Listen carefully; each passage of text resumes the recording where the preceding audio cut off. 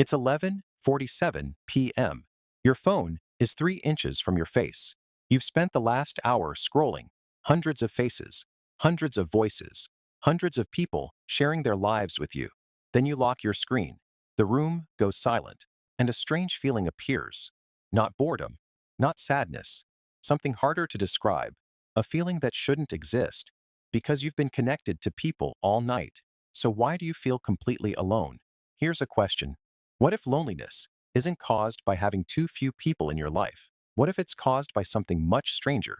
Because right now, humanity is more connected than at any point in history. You can instantly talk to someone in New York, London, Toronto, Sydney, or Tokyo.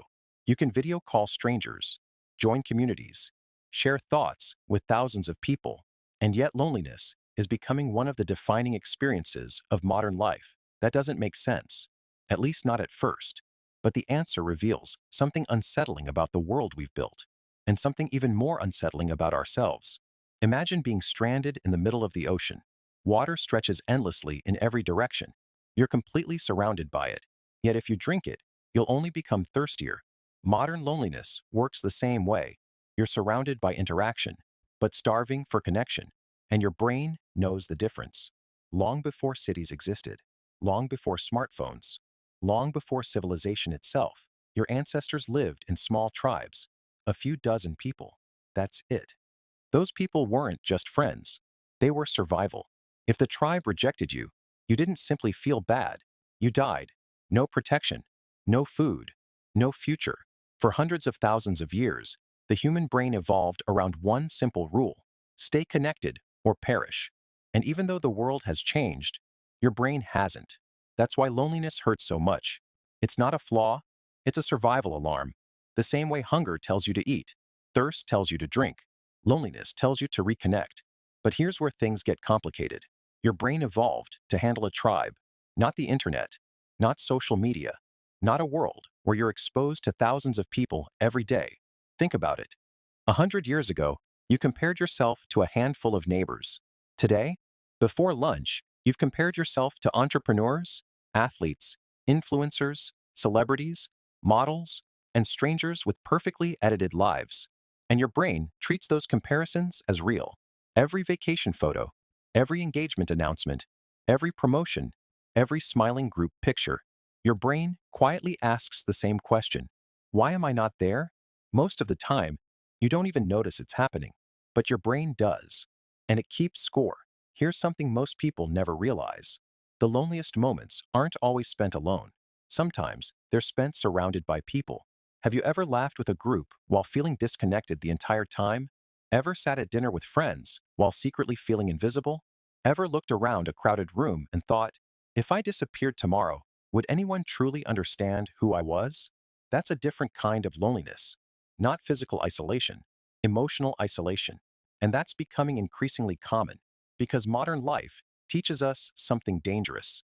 It teaches us to be impressive before being authentic. Look successful. Look confident.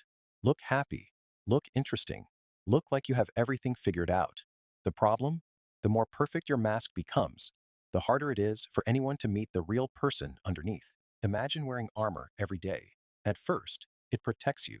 People can't hurt you. People can't reject you. People can't judge you. Sounds great. Until you realize something. They can't know you either. And that's the trap millions of people are stuck inside. They're not rejected. They're protected. Protected from rejection. Protected from embarrassment. Protected from vulnerability.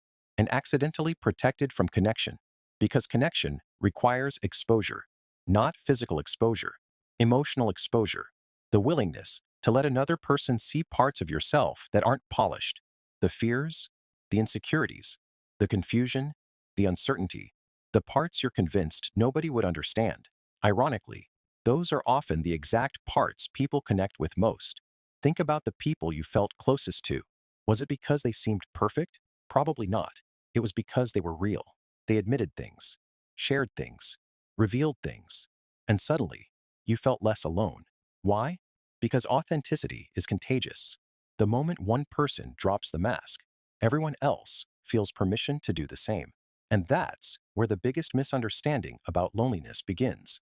Most people believe they need more people, more friends, more followers, more conversations, more invitations, more attention.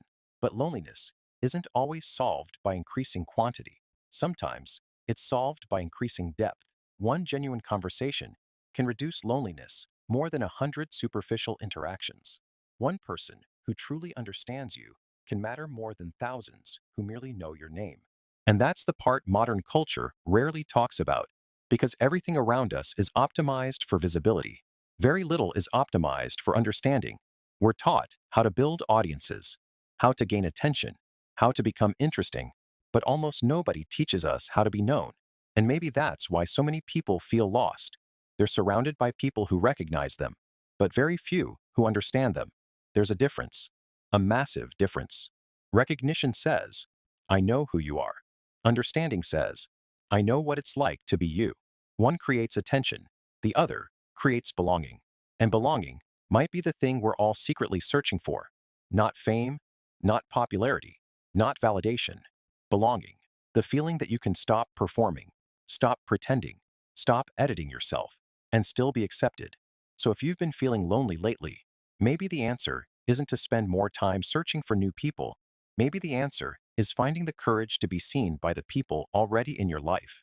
Because the opposite of loneliness isn't being surrounded by others. It's being known, truly known, and in a world where everyone is trying to be noticed, being known may be the rarest human experience of all.